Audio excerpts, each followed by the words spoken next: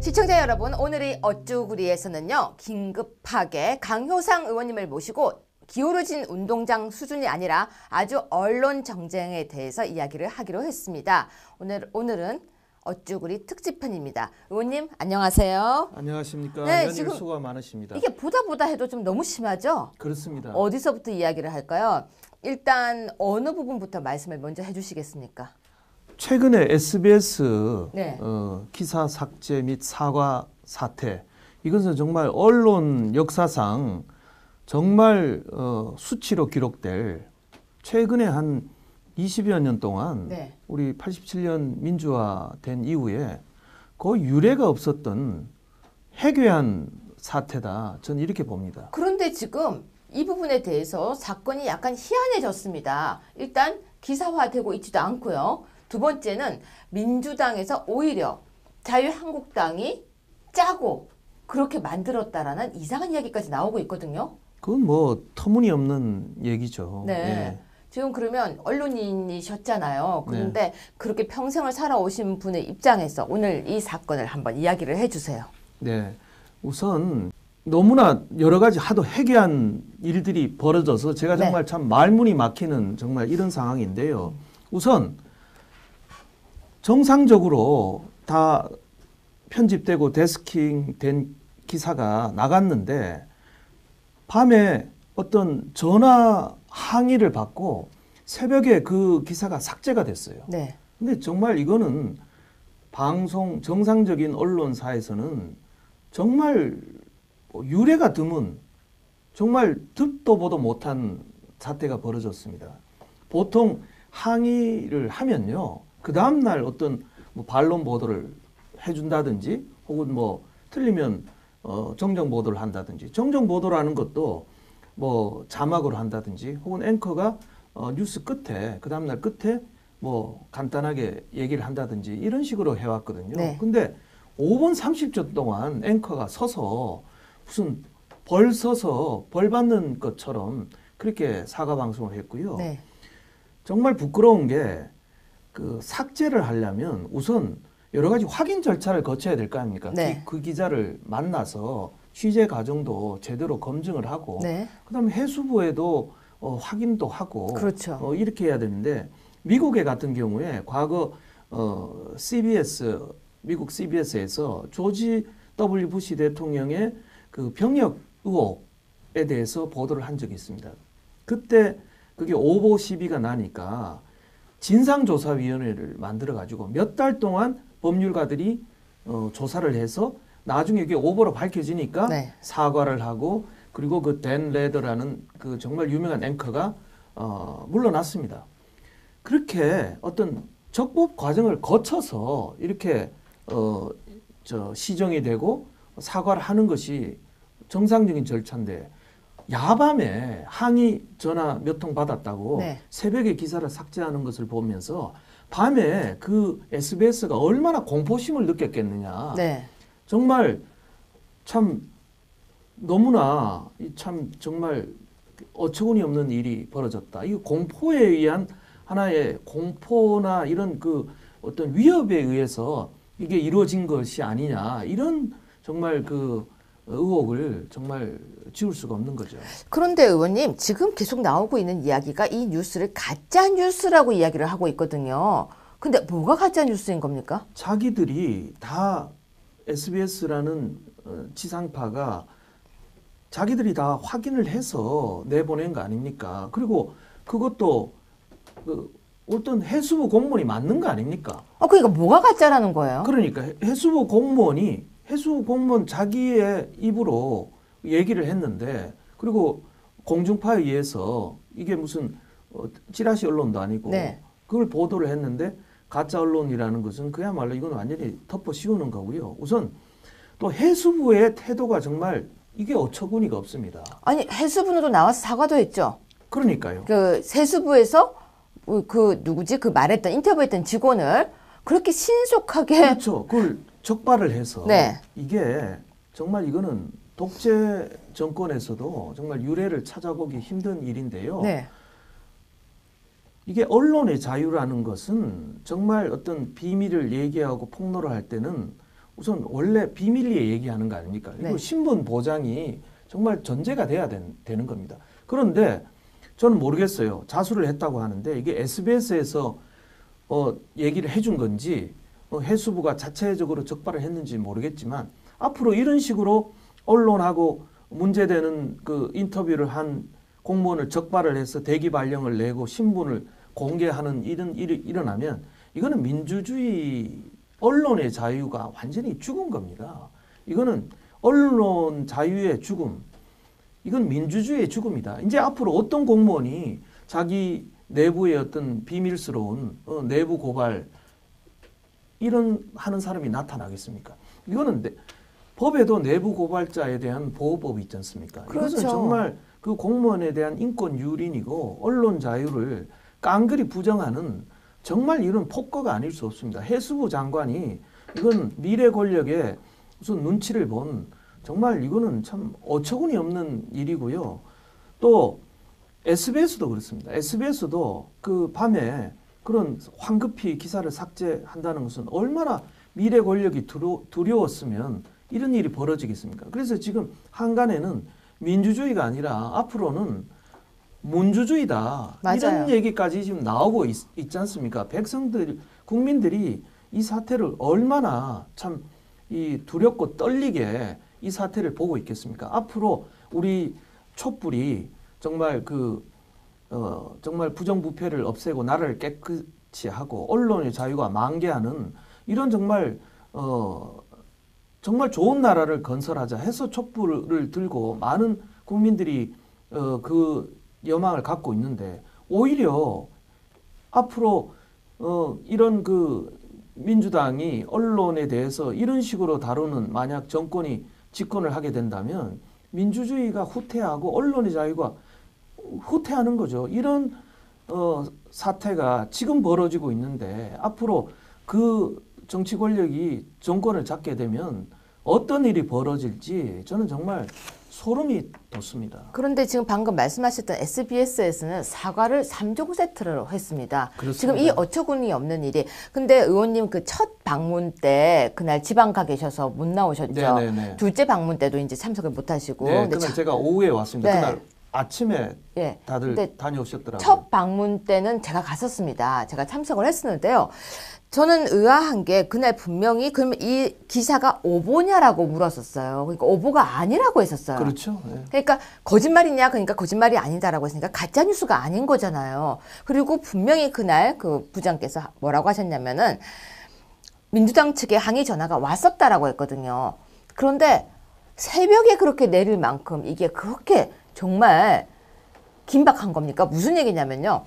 자, 그런 문제가 있으면 말씀하셨던 것처럼 진상을 규명하고 조사를 해야 되는 거 아닙니까? 그렇습니다. 사실이 맞는지 아닌지. 네. 왜냐하면 인터뷰했던 사람이 있었잖아요. 그렇습니다. 공무원이죠. 네. 근데 SBS가 그 전에 이런 행태를 했었단 말이에요. 잘 아시죠? 국정원 그 헌재 사찰 사건. 그렇죠. 국정원의 헌재 사찰. 카더라. 네. 국정원 직원이 전직 고위 간부. 예. 예. 국정원 직원이 그런 헌재를 사찰한다더라라고 전직 국정원 간부가 SBS에 카더라 이렇게 얘기한 거를 그걸 버젓이 보도를 했어요. 그걸 뉴스를 내보냈잖아요. 그리고 국정원이 공식 부인을 했죠. 근데 그거 내렸어요? 안 내렸죠. 사과도 안 했죠. 근데 그거는 녹취를 한 것도 아니고 누가 당사자가 있는 것도 아니고 그 사람이 저 사람한테 들었더라 그 내용이 뉴스화된 거잖아요. 그러니까 카더라 뉴스. 근데 그게 뉴스가 될 수 있는 겁니까? 그건 기본이 안 된 뉴스입니다. 제가 만약 데스크 편집국장이라면 그냥 이 휴지통에 그냥 버릴 그런 기사죠. 그럼 만약에요. 지금 의원님께서 뭐 편집국장이라고 하시면 제가 이제 가가지고 국장님 지금 대박 터뜨렸습니다. 제가요 잘 아는 사람이 목욕탕에서 얘기를 들었는데요. 그 목욕탕에서 얘기한 사람이 국정원 누구 뭐 부인이래요. 그런데 이거 이렇대요라고 하면 그걸 대박 터뜨린 것과 같은 거 아닌가요? 그렇습니다. 정말 그건 어처구니 없는 뉴스 기사죠. 그렇죠. 그렇게도 기사를 안 내리던 그들이 지금 이 내용을 정말로 실제 사람이 인터뷰했던 그 내용을 기사로 하고 항의 전화가 오니까 갑자기 SNS 사과를 올리고 그 다음에는 뉴스에서 5분 넘게 앵커가 서서 사과를 하고 그 다음에 또 사장이 또 사과를 했다면서요. 이게 그 SBS가 지난번 이제 국정원 헌재 사찰 그 오보를 사과도 안 하고 삭제도 안 하고 그러니까 버텼습니다. 네. 이게 이제 권력이 이제 힘이 빠지니까 네. 이 완전히 언론의 갑질이죠. 근데 이제 미래 권력에 대해서는 이렇게 두려워하는 겁니다. 우선 제가 두 번째 항의 방문 때 그 동영상을 봤는데요. 노조위원장이 보도본부장보다 더 힘이 강한 겁니다. 근데 왜 그렇게 갑자기 뛰어들어와서 지금 만나러 온 거는 보도본부장을 만나러 온 거 아니었어요? 그렇습니다. 근데 왜 노조위원장이 뛰어와서 그 대화에 끼어드는 겁니까? 그 정말 적반하장인 게 저희로서는 언론이 언론답게 해라. 그 언론이 미래 권력 눈치를 보고 그렇게 굴복하는 거에 대해서 우리가 항의하고 시정하고 바로잡기 위해서 항의단이 방문을 했고 보도본부장하고 얘기를 하고 있는데 노조위원장이 무슨 자격으로 이게 무슨 자기가 더 주인이고 이 SBS에 그러니까 이 SBS가 얼마나 노영 방송인가를 정말 한눈에 보여주는 사건입니다. 갑자기 예정에도 없이 그 회의에 참석자도 아닌 사람이 불쑥 들어오고 그리고 카메라를 들이대고 네. 마구 고함을 지르고 호통을 치고 사람을 거의 쫓아내다시피 하고 나가는 회의 끝나고 마치고 나가는 우리 의원들에게 거의 욕설에 가까운 비난을 퍼붓고 이런 횡포 정말 이런 적반하장이 어디 있습니까? 근데 우리가 정말 언론이 제대로 하라고 가서 얘기를 하는 건데 오히려 그 언론이 큰 소리를 치는 이런 적반하장 이게 정말 적반하장이네요. 아니 근데 의원님 노조가 그렇게 셉니까? SBS는 그런 것 같아요. 정말 저는 상상이 안 갑니다. 저는 우리 후보자께서 얘기하시잖아요. 귀족 노조, 강성 노조에 대한 이런 문제점을 계속 지적하시잖아요. 근데 실제로 귀족 노조가 있다면서요. 많고. 그 대표적인 게 SBS 아니겠습니까? 연봉이 SBS 기자들의 연봉이요. 우리나라 언론 중에 가장 높습니다. 그 실제 그래요? 평균이 아마 저는 한 1억 가까이 될 겁니다. 1억 전후일 겁니다. 아니 그렇게 세요? 그렇습니다. 예. 아니 현대자동차 노조가 세다는 얘기는 제가 굉장히 많이 들었었거든요. 그 봉급이. SBS가 물론 뭐 우수한 인력을 뽑습니다만은 이상하게 그 기자들이 또 그 노조는 그렇게 고액 연봉을 제가 연봉은 다시 정확하게 확인하겠습니다만 네. 가장 높은 수준이고 거의 1억 전후가 맞을 겁니다.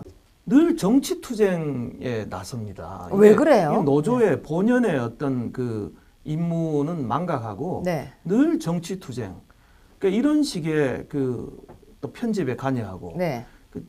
편집은 국민이 주인이고 그리고 그 편집권을 위임받은 어떤 회사가 책임을 지는 것이지 네. 지금 우리나라 일부 그 방송들은 노조가 그것을 좌지우지하고 휘두르고 경영진에게 간섭을 하고 개입하는 이런 구조입니다. 근데 왜 그렇게 눈치를 보는 겁니까? 네. 그 스트라이크가 일어나면 네. 언론사 경영진들이 피곤한 거죠.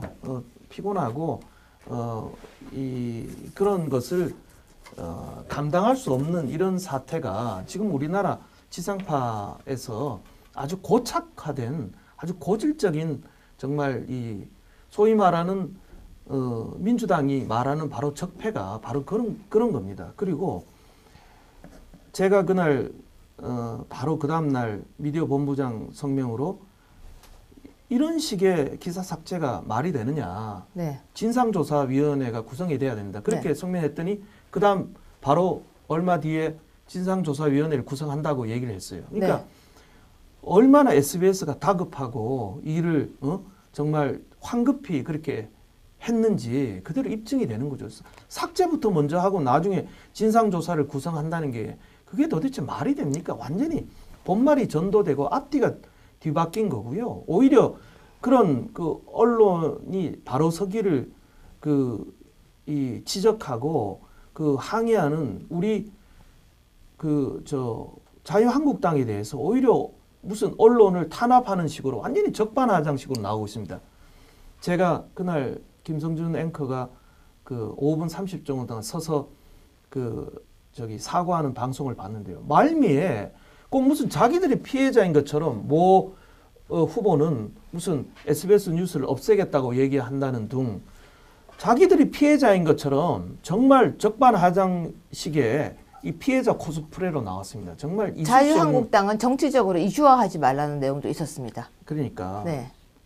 그 홍 후보가 얘기한 것은 언론이 언론답게 해라. 지금 우리 자유한국당과 홍 후보가 얼마나 언론의 그런 불공정 태도에 피해를 받고 있습니까? 무슨 있지도 않은 양강 구도를 만들어 가지고 여론 조작 기관들하고 편성해서 있지도 않은 양강 구도를 하다가 지금은 또 1강 2도 구도로 합니다. 이게 무슨 자기들이 멋대로 이 상황을 규정하고 멋대로 보도 양을 조절하고 마치 이 대선판에 뛰어들어서 심판자가 아니라 선수처럼 양강 구도를 만들어서 마치 어느 특정 두 후보를 밀다가 이게 민심이 그렇지 않으니까 이제는 1강 2도로 구도로 얘기하는 이런 부끄러운 언론이 자기들이 뭘 잘했다고 이게 촛불 민심이 나라가 나라라고 얘기했듯이 이게 언론이 언론입니까? 언론이 아니다. 언론이 제대로 서라고 얘기하는 그 홍 후보의 지적을 뉴스를 없애겠다가 아니라 그런 적폐, 그런 정말 불합리한 이런 사태, 언론이 권력에 굴종하는 이런 정말 수치, 치욕이 없어서는 안 되겠다라는 얘기 아닙니까? 이걸 말꼬리를 잡아가지고 무슨 자기들이 무슨 탄압, 우리 자유한국당이 지금 무슨 힘이 있습니까?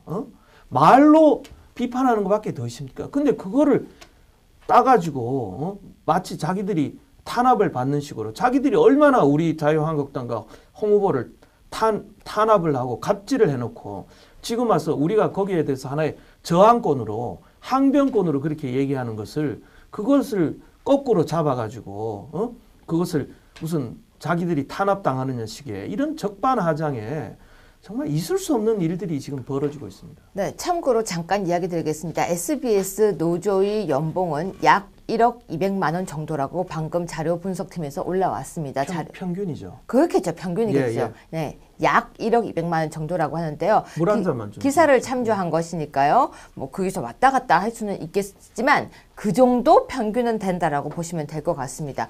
근데 의원님 지금 이 SBS 건은 지금 어떻게 돼가는 상황입니까? 지금 현재 상황이. SBS는 이미 무릎을 꿇었고요. 그런데 여기 네. 안에서 우리가 흔히 말하는 야마라는 게 있었거든요. 네. 우리가 그게 뭐냐면요. 그 기사 안에는 뭐가 있었냐면요. 우리가 감사합니다. 그 해수부 직원이 문재인 후보에게 다 이렇게 뭐 갖다 준다 뭐 이런 표현이 있었어요. 네. 그럼 그 표현이 왜 그런 내용이 나왔느냐라는 거에 대한 조사는 있어야 되는 거 아니에요? 당연합니다. 그 언론이 거기에 대한 자기들이 해야 할 일은 거기에 대해서 더 후속 취재를 해서 해수부의 앞으로 그 정부 조직 개편과 민주당의 어떤 그 공약과 어떤 연관이 있는 건지 그럼요. 어떤 커넥션이 있는 건지 사실인지 아닌지 이런 것을 후속 취재를 언론이 해야 되는 건데 그것은 하지 않고 오히려 기사를 삭제하고 그 기자를 공박하고 그 기자는 지금 얼마나 공포에 떨고 있겠습니까? 저는 안 봐도 뻔합니다. 제가 언론사에 있어 봤기 때문에 네.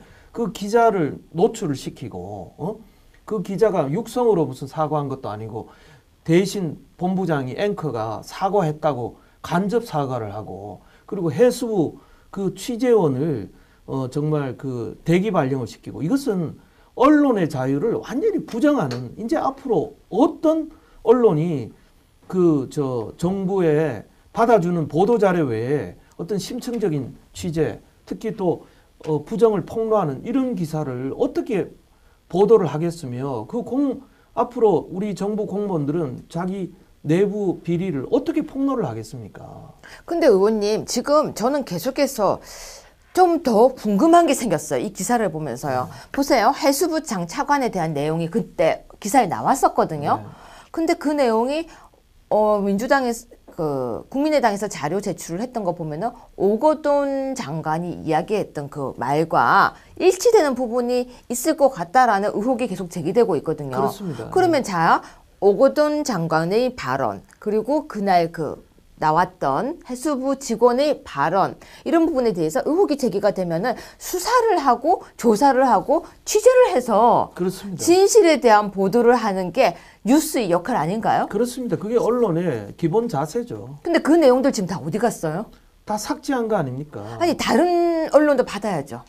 그렇습니다. 다른 언론도 이 문제를 정말 취재를 해서 진위 여부를 밝혀야죠. 근데 왜 다들 조용하죠?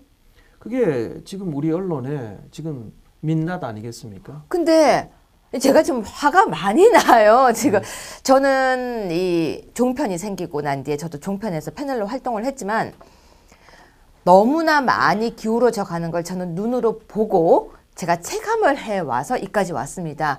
제가 이제 좀 이따가 또 그 이야기도 하겠지만, 그런데 이번 이 기사는 중요한 기사라고 저는 생각이 들어요. 의혹이 있으면 의혹을 파줘야 되고 연관성이 없으면 없다라고 기사를 내보내야 되는데, 기사를 통째로 없애버리고 난 뒤에 민주당에서는 이 이야기를 하는 경우에 고소하겠다고 했거든요. 그러니까 이 고소를 남발하는 것은 정말 언론의 재갈을 물리겠다. 또 이 정치권의 이 재갈을 물리겠다 하나의 그 시도거든요. 왜 언론이 이렇게 이 권력의 향배에 대해서 예민해진지 아십니까? 왜 그렇게 된 거예요? 예, 저는 이렇게 봅니다. 네. 과거에 물론 그 뭐 3공화국 때 또 뭐 유신 때 또 5공화국 때 이럴 때 이제 정부의 비판적인 기사를 쓰는 기자에 대해서는 뭐 중앙정보부에 가서 뭐 고문도 하고 이런 일이 있었습니다. 권위주의 정부 시절에 정말 그건 있어서는 안 되는 일이죠.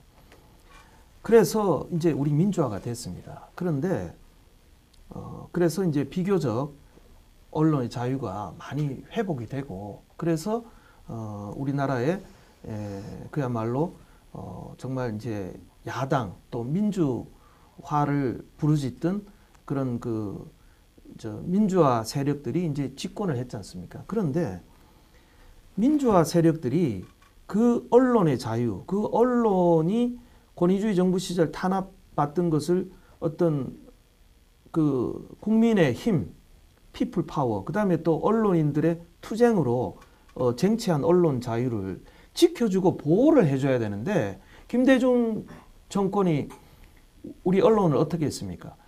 언론사 사주들을요 다 잡아서 구속을 시켰습니다. 그게 세무조사를 핑계로요 중앙일보 사주를 먼저 구속시켰죠. 그 다음에 조선일보 사주를 구속시켰죠. 동아일보 사주를 구속시켰죠. 국민일보 사주를 이게 한 나라의 메이저 언론을 그냥 깡그리 그냥 다 잡아넣은 겁니다. 세무조사라는 거는요. 정말 이거는 귀에 걸면 귀걸이, 코에 걸면 코걸이입니다. 정말 그때 발표된 금액도 나중에 법원에서 정말 적어졌고요. 그게 사주하고 무슨 직접적인 사주가 무슨 탈세하라고 지시한 것도 아닐 거 아닙니까? 그 회사의 그 회계 처리의 문제 이런 것을 트집 잡아가지고 사주를 전부 구속시켜버린 거예요. 그 권력의 힘으로. 그러다 보니까 이 권력들이 이 언론들이 앞으로 이 어떤 권력이 나올 건지에 대해서 굉장히 예민해진 겁니다. 우선 언론사에 사실 이 사주의 영향력이라는 것은 뭐 제가 얘기 안 해도 잘 아시지 않습니까? 그런데 또 하나 그러니까 신문사를 그렇게 민간 신문사를 그렇게 길들이기를 했고요. 진보 좌파 정권이. 그 다음에 방송사들은요. 또 이 정권이 막강한 힘을 갖고 있지 않습니까? 어떤 허가권을 갖고 있습니다. 이 SBS는 이미 과거 노무현 정부 시절에 방송 재허가 문제로 아주 곤욕을 치른 적이 있습니다. 그래서 재허가를 받느냐 안 받느냐. 방송이라는 것은 바로 그냥 그 재허가를 불허하면 방송사가 문을 닫습니다. 왜냐하면 이게 전파라는 게 공공재이기 때문에 정부가 허가를 하는 거 아닙니까? 그러니까 늘 정부의 눈치를 볼 수밖에 없습니다. 그래서 그때 노무현 정부에 아주 정말 SBS가 정말 혼이 났다가 무슨 뭐 사회공헌기금을 엄청난 금액을 내고 여러 가지 뭐 편성이라든지 이런 데 대해서 굉장히 그때 노조의 입김이 세진 겁니다. 그런 사연이 있었군요. 그렇습니다. 이게 하루아침에 된 게 아니고 이게 하루아침에 지금 발생한 일들이 아니군요. 그렇습니다. 그런데 지금 말씀을 듣다 보니까요. 지금 서울교통방송 TBS라고 하죠. 그게 혹시 알고 계십니까? 김어준의 뉴스 공장이라고 있는 거 알고 계십니까? 저는 뭐 그 사람의 이름이나 네. 뉴스 이름도 생각하기도 근데 싫습니다. 연봉도 꽤 세요. 그리고 정말 맡아서 하고 있고 정봉주의 품격시대 그리고 저녁까지 모든 프로들이 민주당 측 MC들로 구성되고 있다라는 그런 의혹이 지금 계속 제기되고 있고요. 뿐만이 아니라 제가 이건 확실하게 아는 건데요. SBS에 분명히 남희석 씨가 하던 라디오 코너가 있었어요. 근데 그 코너가 선거가 시작되는 바로 직전부터 그쪽 앵커로 그러니까 남희석 씨 뉴스가 아니죠. 프로가 그쪽의 앵커로 바뀌는 사태가 발생을 했어요. 우연의 일치라고 보기에는 어쩜 이렇게 우리 자유한국당 측의 MC는 한 명도 없는지 너무 이상한 거예요. 그래서 모든 언론에 있는 앵커들이 다 그러니까 사회자가 그쪽 측으로 되게 되면 아무래도 뉴스가 균형성을 지키기는 좀 힘들지 않을까요? 그 TBS입니까? 네. TBS가 서울시 교통방송이죠. 예, 서울시에서 하는 거죠. 서울시장이 누굽니까? 박원순 시장 네. 아닙니까? 민주당이니까 이런 사실 그런 서울시라든지 정부가 직접 이렇게 그 시사 프로 방송을 운영한다는 것도 그거는 정말 기본적으로 말이 안 되는 거고요. 이거 우리 세금 아니에요? 그렇습니다. 서울시 세금으로 하는데 이것을 하나의 자기들 민주당의 하나의 홍보 도구로 네. 이용을 하는 거죠. 이건 있을 수가 없는 겁니다. 정말 공정하게 정말 공정한 전문 언론인이 진행해도 정말 오해를 받을 판인데 과거에 얼마나 그 사람들이 어떤 무리를 일으킨 편파적인 언사로 무리를 일으킨 사람들 아닙니까? 그리고 정파성이 아주 노골적인 사람들인데 그런 사람들을 내세운다는 것은 정말 이거는 언론의 자유나 언론의 공정성에 어떤 기본 자세가 안 된 거고요. 정말 개탄스러운 일이죠. 그리고 뭐 요즘 종편들도 보면 소위 보수적인 패널들 네. 지금 찾아볼 수가 없지 않습니까? 그뿐이 아닙니다. 지금 종편 방송이 처음 생기고 난 뒤에 많은 사람들이 패널로 돌기 시작했는데요. 물론 뭐 아니라고 반박하는 데가 있을 수는 있겠지만 주로 이제 서로 친한 사람들을 부르기 시작했죠. 부르기 시작하면서 집단 이런 어떤 카르텔이 형성이 되었었습니다. 종편계의 패널들한테. 네. 그러면서 그들끼리 어떤 여론을 만들기 시작하는 거예요. 왜냐면은 어느 선을 탈 것인가. 잘 보시면요. 종편의 패널들이 분명히 엊그제까지 이 사람을 이야기하던 사람이 바꿔서 다른 사람을 옳다, 맞다라고 이야기하는 걸 볼 수 있습니다. 엊그제까지 과거 새누리당을 우호하던 사람들이 갑자기 민주당에 가서 줄을 서 있는 모습을 볼 수 있거든요. 그게 왜 그런 줄 아세요? 왜 그렇습니까? 새누리당 칭찬을 계속 하게 되면 안 쓰니까요. 안 불러주는 거예요. 네. 그리고 정말 이건 슬픈 얘기인데요. 저는 처음에 종편에서 활동할 때요. 그 몇몇 변호사들이 짬짬이로 해서 카르텔을 형성한 뒤 저를 출연하지 못하게 했다라는 그런 이야기를 전해 들은 적이 있었어요. 물론 제가 직접 들은 건 아니고 전언이긴 했었습니다. 하지만 그 설이 여기저기서 계속 나오고 있었는데요. 그 이유가 뭐냐면 왜 저 사람 나오냐는 거예요. 우리들끼리만 하게 해달라고 했다는 거예요. 그런데 저는 이 종편이 이런 체계가 사실은 우리 문제라고 생각합니다. 자유한국당의 문제라고요. 그렇습니다.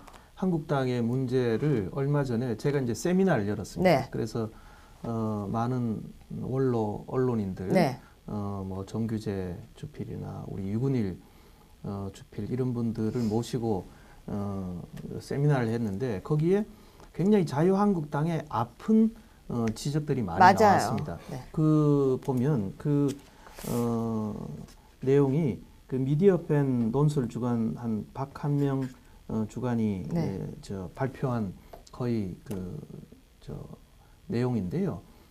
우선 우리 자유한국당은 이 여당 체질이어서 그 언론에 대해서 너무나 이 뭐 대책이라든지 뭐 여러 가지 그 대응이라든지 그러니까 언론에 대한 이해나 관심이 타당에 보다 굉장히 우선 떨어집니다. 그 내용을 이제 제가 요약해서 말씀드리면 우선 첫째로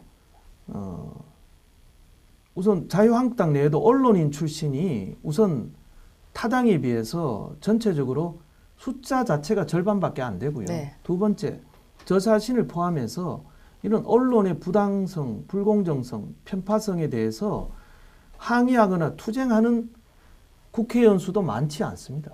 그리고 미방위에 가보면요. 상대방 민주당의 경우 언론인 출신이 아니더라도 모든 국회의원들이 정말 일사불란하게 그 언론 문제에 대해서는 한 목소리를 냅니다. 모니터를 하고 있습니다. 모든 방송을 모니터하고 있다가 그렇습니다. 조금이라도 이상한 말이 나오면 바로 방송 중인 전화가 와서 저 펜을 빼라고 해요. 그렇습니다. 저는 그 빼라는 패널 중에 한 명이었던 거예요. 네, 제가 그 뒤에 말씀드리면 그래서 근데 우리 언론 우리 미방위원들은 앞서서 싸우는 이번에 방송법도 저희가 정말 그 계약하는 방송법을 저희가 겨우 막았습니다만은 이 투쟁력도 약하고 이렇습니다. 또 하나는 아까 말씀하셨듯이 민주당은 민원연이나 그럼요. 이런 그 좌파 진보 언론 단체들과 아주 긴밀히 그 관계를 가지면서 언론 모니터도 정말 열심히 하고 자기들에게 불리한 패널이나 보도가 나오면 정말 즉각적으로 항의하는 이런 시스템이 돼 있습니다. 근데 저희는 그동안 그런 것도 전혀 없었고요. 임명직 목사가 겨우 저 비대위원장으로 들어오셔서 겨우 언론 모니터를 시작했습니다. 근데 그것도 굉장히 의원실이나 우리 당에 협조받기가 어려웠고요. 그리고 지금 뭐 언론 이제 겨우 민주당이 하는 그런 이제 언론 지원 시스템을 겨우 만들어 가고 있습니다만은 여기에 대한 절박함이나 그런 노력이 저는 정말 부족하다고 생각합니다. 그래서 이것은 저희가 부끄러워하고 우리 자유한국당이 반성하고 정말 그 앞으로 정말 노력해야 될 이런 일이다. 저는 이렇게 생각을 합니다. 의원님 지금 여러 가지 짚어야 될 부분이 있습니다. 기울어진 운동장은 방송심의위원회라든지 아니면 종합편성방송이라든지 뿐만이 아니라 패널 문제라든지 그리고 민원연 문제라든지 짚어야 될 주제가 굉장히 많습니다. 선거가 끝나고 난 뒤에 이 부분은 손을 놔서 될 일이 아니고 이제 더 잡아야 될 때거든요. 우리가 더 긴장하고 주먹을 불끈 쥐고 뛰어가야 될 부분이 이 부분이라고 생각합니다. 이제 선거가 끝나고 나면 저하고 차근차근 이 부분에 대한 기획물을 한번 만들어 보시면 어떨까요? 좋습니다. 네, 그러니까 기울어진 운동장을 똑바로 잡는 기획물을 저랑 만들어 갑시다. 그렇게 하겠습니다. 그리고 모니터 계속 하실 거죠? 당연합니다. 네, 그 부분을 이제 우리가 그런 게 있잖아요. 아까 말씀하셨지만 여당이라는 그 체질을 내려놔야 될 때가 된 것 같습니다. 그렇습니다. 여당이 되어도 야당처럼, 야당이 되면 강한 야당처럼 어떠세요? 좋습니다. 내일 모레 벌어질 일을 우리는 아직 모릅니다. 야당이 되자는 이야기가 아닙니다. 여당을 야당처럼 한다면 굉장히 국민들이 박수를 쳐줄 거라고 저는 생각합니다. 야당은 강한 야당, 여당은 야당처럼. 그쵸? 네. 오늘 SBS 건을 다루면서요. 기울어진 운동장을 지금 이야기를 나누었는데요. 앞으로도 계속 의원님과는 이 부분을 계속해서 방송을 준비하겠습니다. 의원님 계속 해주실 거죠? 그렇습니다. 네, 오늘 준비해 주셔서 너무 감사하고요. 이제 시작입니다. 네, 다음 시간 준비해 주세요. 네, 하실 말씀 있으면 해주세요. 네. 네.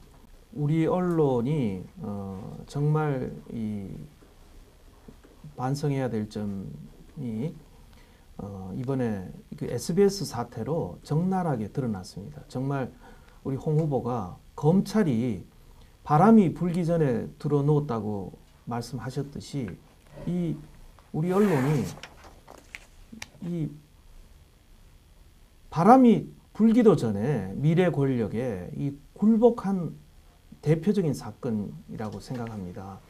우리 언론이 과거 세월호 사건 때 박근혜 대통령이 무슨 조문을 뭐 연출했다. 거기에 어떤 한 할머니하고 이렇게 얘기하는 것을 연출했다고 CBS가 그걸 보도를 했는데 완전히 오보로 결국 대법원에서 드러났습니다. 그런데도 그냥 간단한 정정 보도만 하고 대통령에 대한 사과나 이런 정말 진정성 어린 그런 반성이 없었습니다. 그런데 이제 이 미래 권력에 대해서는 저는 정말 제 귀를 의심했습니다. 깜짝 놀랐는데요.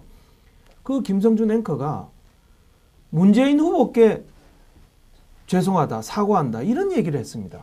국민에게 사과를 해야죠.